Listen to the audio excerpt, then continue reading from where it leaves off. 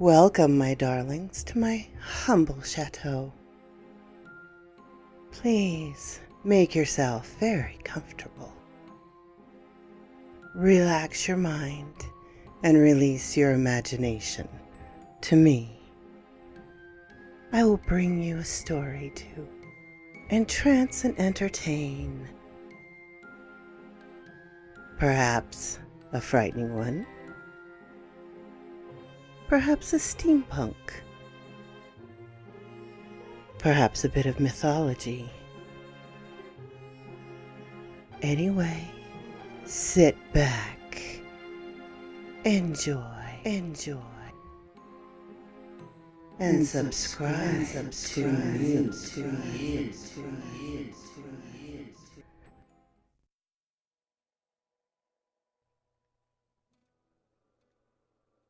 Hello, my darlings. Madam Raven here. Before we start, I'm just going to let you know this is a new series that will go on for a while.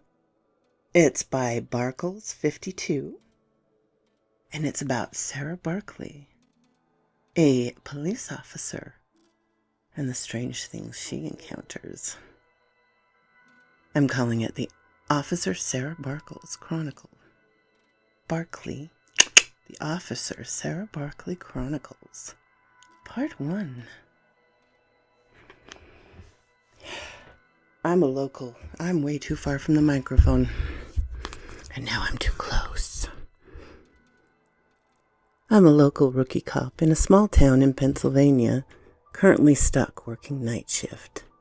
I work the normal patrol shift, driving around, pulling traffic, responding to your normal domestic disputes, and whatever other wonderful calls dispatch sends my way. But ever since this past weekend, every single night, I keep getting called to the same house. At first, I thought it was my coworkers playing pranks on the rookie. I have 2 years on the job, but in such a small town, I work with most guys my dad's age. I've omitted certain names and addresses for obvious reasons. Anyway, here's what happened. Friday night around 0200 hours, so actually Saturday morning, dispatch gets over the radio. Dispatch to 1034. 1034, go ahead. We just got a 911 hang-up from a landline that is coming back to Patch Lane. Can you go check it out? 10-4, en route. So I immediately started driving to the address, which was about 6 miles away. But it's a pretty rural area, so I get there in less than 10 minutes. I turn around on the gravel lane, and in about 10 seconds I see a house up ahead, on the right. No lights on inside. I park my cruiser on the gravel lane. Lights off so as to not announce myself in case there's an actual emergency going on inside.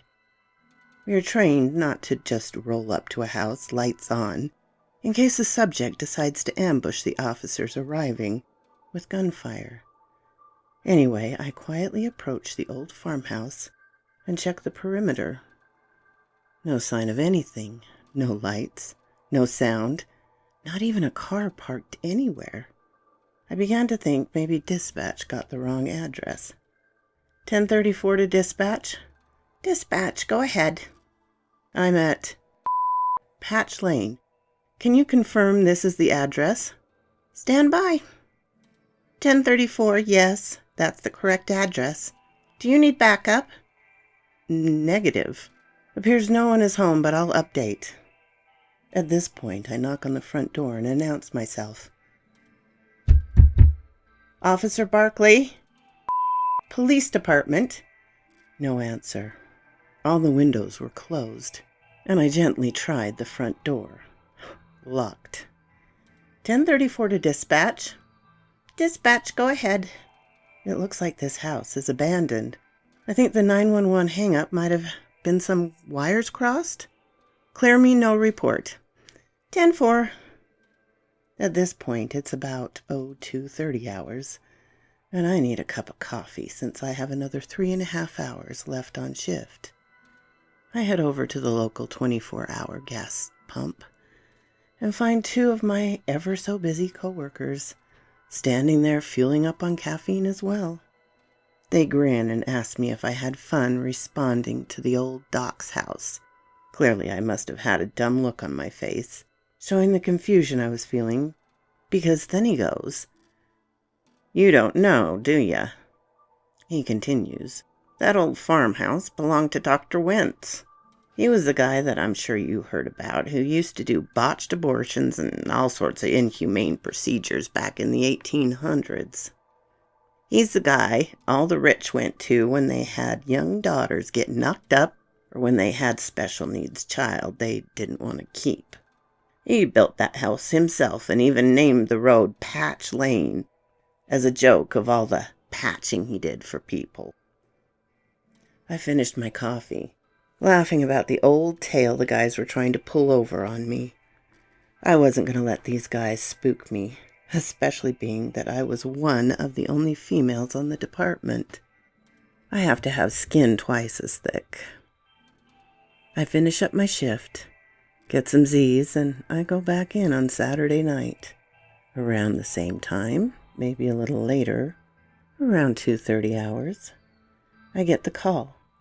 "Dispatch to 1034. 1034, go ahead. "We've got another 911 hang-up from the same number as last night. This time they stayed on the line and we could hear someone talking but can't make it out. Can you go check it out again?" "Can you confirm the address again?" "It comes back to Patch Lane." Now, I'm pretty sure the guys are getting dispatch in on some type of joke, but whatever. I still have to respond. Better safe than sorry.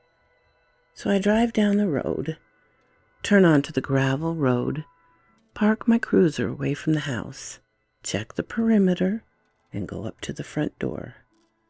Still no signs of life inside. I knock on the door and announce myself. "Officer Barkley with the police department." I'm about to leave and I go check the door handle. Out of pure habit, and sure as shit, the door opens. I was so startled by the fact that the door opened, my right hand immediately went for my gun on my right side. I announced myself again. "Officer Barkley, redacted, police department. Come to the front door or else I'm entering." Before entering a house, for officer safety reasons, we always get on the radio. 1034 dispatch. "Dispatch, go ahead." No one appears home, but the front door was unlocked. I'm going to make entry and check the house. It appears abandoned, though. Do we have any backup available? 1034. All units are still on the fatal DUI accident. Do you need one to break? Negative. I will advise. I figured I didn't need backup breaking from a potential homicide scene for an abandoned house search. I made entry, gun drawn. I proceeded through the first floor, dodging cobwebs and stepping over dead insects and critters. I continue upstairs through the bedrooms, closets, everywhere a person could be. I checked. I worked my way back downstairs and checked the basement. It's a pretty small basement, but it's broken in several tiny rooms. One room had a metal door with a padlock on it.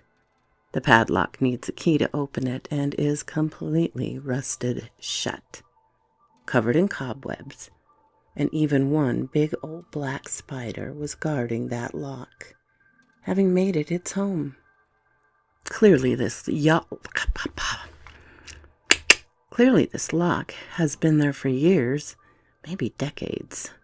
I didn't worry much about it since there's no way anyone was in there due to how rusted this old lock was. Even the keyhole looked corroded and filled with rust and dirt. I eventually left and advised dispatch no report.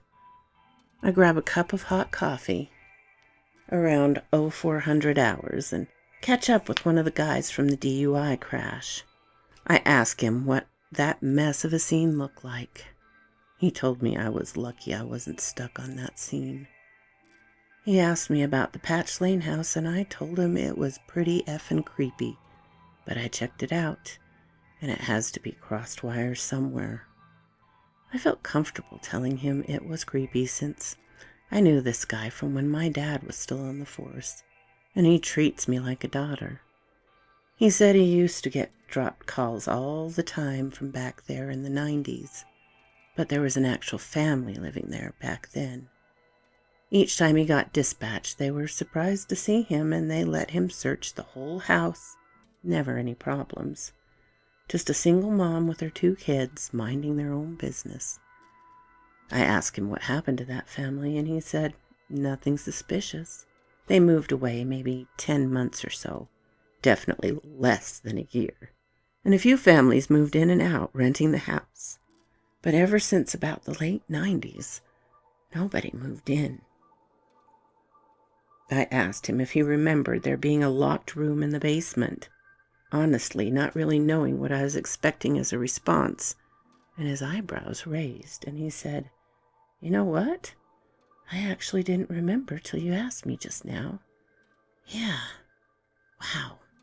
Yeah, the only reason I remember is because the nice girl that lived there with her kids didn't have a key and couldn't get into the room, and was asking me if I knew a local locksmith, but I told her I really didn't know anyone since any time the cops needed somewhere, we just smashed the lock open." She giggled, and I remember she was a very attractive-looking girl. We both shrugged it off, finding it odd, but moved on with our shift into the early hours with another DUI stop and a domestic violence call from a guy whose wife drank too much and decided it was a good time to confront him for cheating on her 3 years ago. Fast forward to Sunday night. Back at work, and this time the call comes out right at 300 hours. "Dispatch to 1034. 1034, go ahead. Hey, we have another 911 hang-up from at Patch Lane. Are you able to go?" Since I was in the middle of eating my lunch, I decided not even to go. "Yeah, dispatch, I cleared the house last night, and I didn't even see a landline phone in that house. Stand by. 1034 to Sergeant Oakley." "Oakley, go ahead." "Hey, Sarge, did you hear this call? Do you need me to go, or can we clear it?" 1034, just drive by. No need to go in if you don't see anything, but at least drive by." Received. Show me en route. I was pissed since I didn't get to finish eating, but I did my job and drove down the gravel road. This time, the front door was wide open, and I know I shut it closed the night before. At this point, I began to think a homeless person is inside, which is still trespass. So I call out to dispatch. I have an open door, and I'm going to check it out. I made entry, and this time I did see someone run around the corner. My gun is drawn since I have no idea what to expect here, and I announce myself and run after them. When I turn the corner, it's just the kitchen and door to the basement. No way out. I run into the basement, and nobody is effing down there. Nobody. I get on my radio and ask for backup, but get no response. I make my way back up, and still nothing on the radio. I finish clearing the house and still can't find the person. I make my way out to the cruiser and use the cruiser radio, and I'm out of breath at this point. 1034 to dispatch. Go ahead. Did you hear any of my calls for backup? Negative, 1034. You need unit? No, you can disregard. I had one subject on premise, but they're gone. I'm heading back to the station. So, of course, everyone asked me about what happened, and all I can say is they must have run out when they saw me. I didn't tell anyone the direction they ran left them absolutely no way of running outside. I began to wonder if I'm going crazy. I'm off Tuesday and Wednesday nights. Rookie, remember? So at this point, I just have one more night before I can rest. Monday night shift left me speechless. At roll call, everyone jokes about when I'm planning to go back to Patch Lane. I tell them that they can get the call and I'm done. 300 hours. Dispatch to 1045. 1045 is my good friend who has been to the house in the 90s. 1045, go. We got a 911 hang up for our Patch Lane. Sarge gave the okay to just drive by and make sure no one's there. 1045, show me en route. Not even 30 seconds go by and my cell phone beeps. I have a text. Hey, want to meet me there? Bastard. Of course I'm not going to say no, so yeah, I go. 1034 to dispatch, you can add me to 1045's call. 10-4. We show up at the same time, and this time the front door is wide open again. Awesome. We both clear the first floor, then the top floor, and make our way into the basement together. Nothing. Then we turn the corner, and I see there is no lock on the metal door anymore. We look at each other, and he says, I thought you said this was locked. I say, it was. So he slowly opens the door, and we are hit in the face with the most horrid smell. A smell I know well. The smell of death. We had a corpse of a young female, bloated, fresh. A body naturally bloats about 2 to 4 days after death and traps gases. That's where the odor comes from. We call for backup and medical examiners show up on scene. They process the scene and begin to take the body away. I ask them how long has the body been there. They are the experts, not me. And the ME guy says between 3 to 4 days based on rigor mortis. Livor mortis and a few other medical terms I probably can't even spell. I said there's no way for that to be possible because I was there a day ago and there was no way that was freshly locked. The lock was so corroded, rusted, covered in cobwebs. Nobody touched it in years. They say, Officer Barkley, that isn't our job to explain. We're just telling you that this body has been laying in that exact position, in that room, for between 3 to 4 days. Tomorrow will be my first night back, and I'm not sure what to expect. So quoth this raven. Well, my dears, what a great start to this series. I know there's at least 7. I think she put out a new one. And so we'll go through this for a while. If you liked it, please check out Barkles on Reddit. And give the video a like. If you haven't done so, subscribe and ring the little bell so you know when to come up and see me. And I will see you next time. Bye-bye, my darlings.